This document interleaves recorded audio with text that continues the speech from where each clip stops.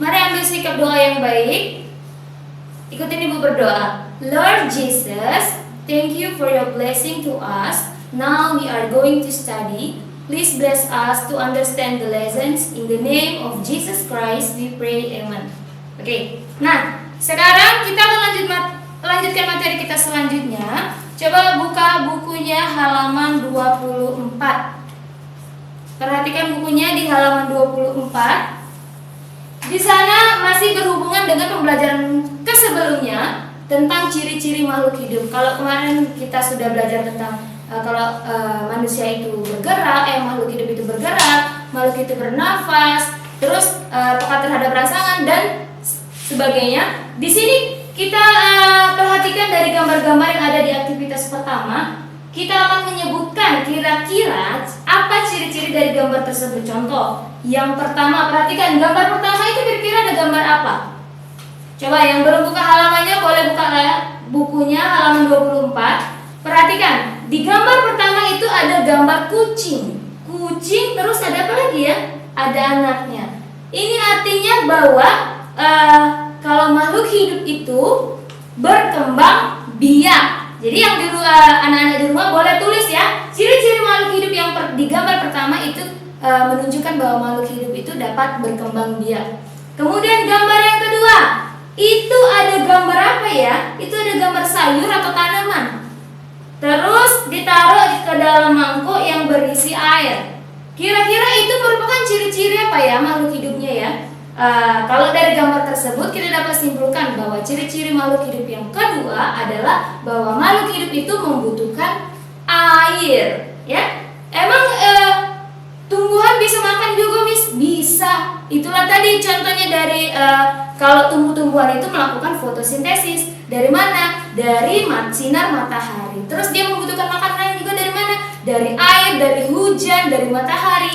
Nah, jadi kalau dari kesimpulannya adalah dari gambar kedua ini bahwa makhluk hidup itu memerlukan air. Kemudian yang ketiga, itu ada gambar tumbuhan. Kira-kira gambar tumbuhan apa ya itu? Itu adalah gambar tumbuhan putri malu. Putri malu terus ada jari juga. Pada saat disentuh tumbuhan tersebut akan layu atau mengatuk ya. Jadi dapat kita simpulkan bahwa ciri-ciri makhluk hidup yang ketiga adalah bahwa makhluk hidup itu peka terhadap rangsangan. Oke, lanjut yang keempat. Perhatikan di situ ada gambar anak. Gambar anak tersebut itu lagi ngapain ya?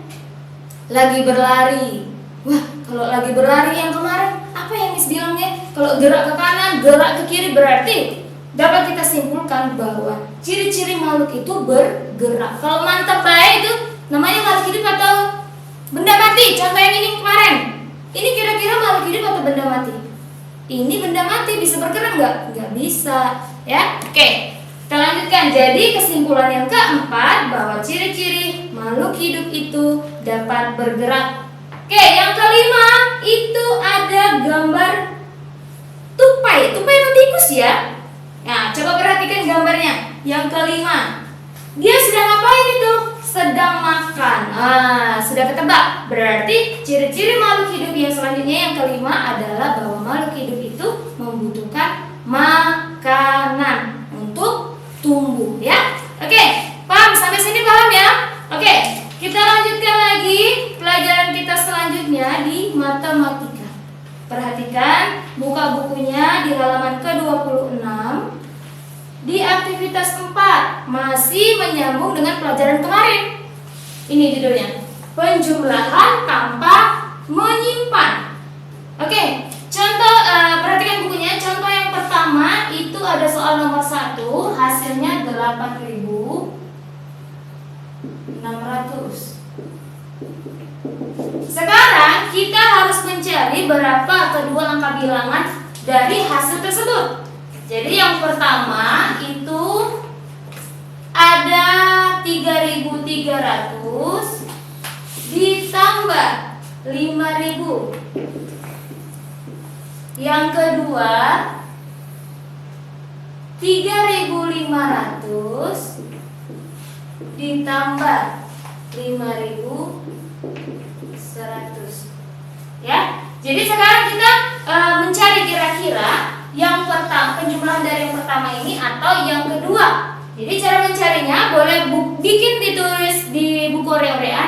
seperti ini. Tulis penjumlahan bersusun ke bawah. 3.300 ditambah 5.000.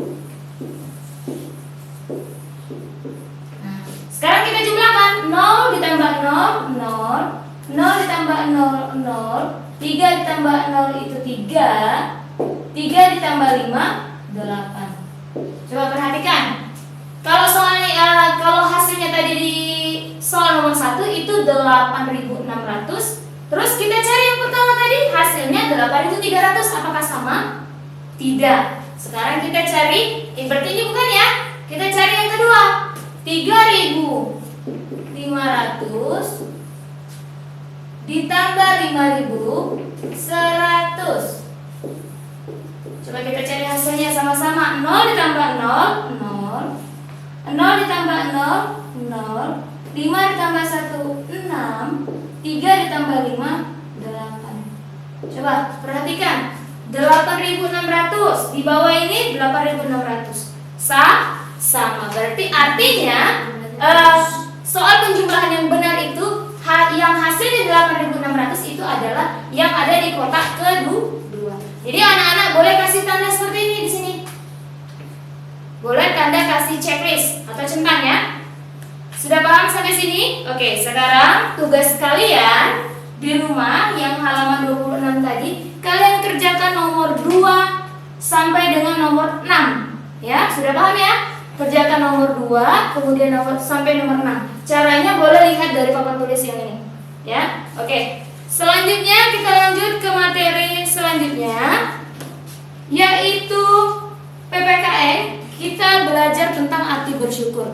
Coba kalian perhatikan gambar yang ada di depan. Ya. Coba perhatikan buku kalian yang di halaman 27. Itu ada gambar satu keluarga. Kalau lebih jelasnya boleh lihat di papan tulis ini. Ini ada gambar satu keluarga. Kira-kira kenapa sih keluarganya? Kasian nggak? Kasian ya. Ada mereka sedang makan. Piringnya cuma satu. Dibagi berapa orang tuh? 1, 2, 3, 4. Ada ayah dan juga anak-anaknya. Coba perhatikan, kalau satu piring dibagi 4, kira-kira kenyang nggak? Enggak. Kalian seperti itu nggak? 1 dibagi 4 orang di rumah. 1 dibagi semua anggota keluarga. Kenyang nggak kira-kira? Nggak kenyang. Coba kalau dalam situasi ini, Miss mau tanya, kira-kira kalian bersyukur nggak? Bersyukur. Coba perhatikan, bajunya bagus nggak? Enggak kan? Bahkan ada yang nggak pakai baju. Ya, perhatikan. Nah, rumahnya bagus nggak? Rumahnya bagus nggak? Enggak. Itu kayak ada papan-papannya. Terus juga lantainya kotor, ya. Jadi dalam hal ini coba perhatikan di rumah kalian. Apakah kalian seperti itu rumahnya? Apakah bajunya kayak gitu tuh kotor, ya? Apakah kalian makannya 1/4? Enggak kan? Jadi dalam hal ini kita harus bersyukur. Kalau kalian masih punya rumah, terus bisa pakai baju bagus, bisa beli baju baru, terus bisa makan 2 piring malah dari rumah ya, bisa makan, bisa nambah. Kalau mereka bisa nggak nambah? Nggak bisa.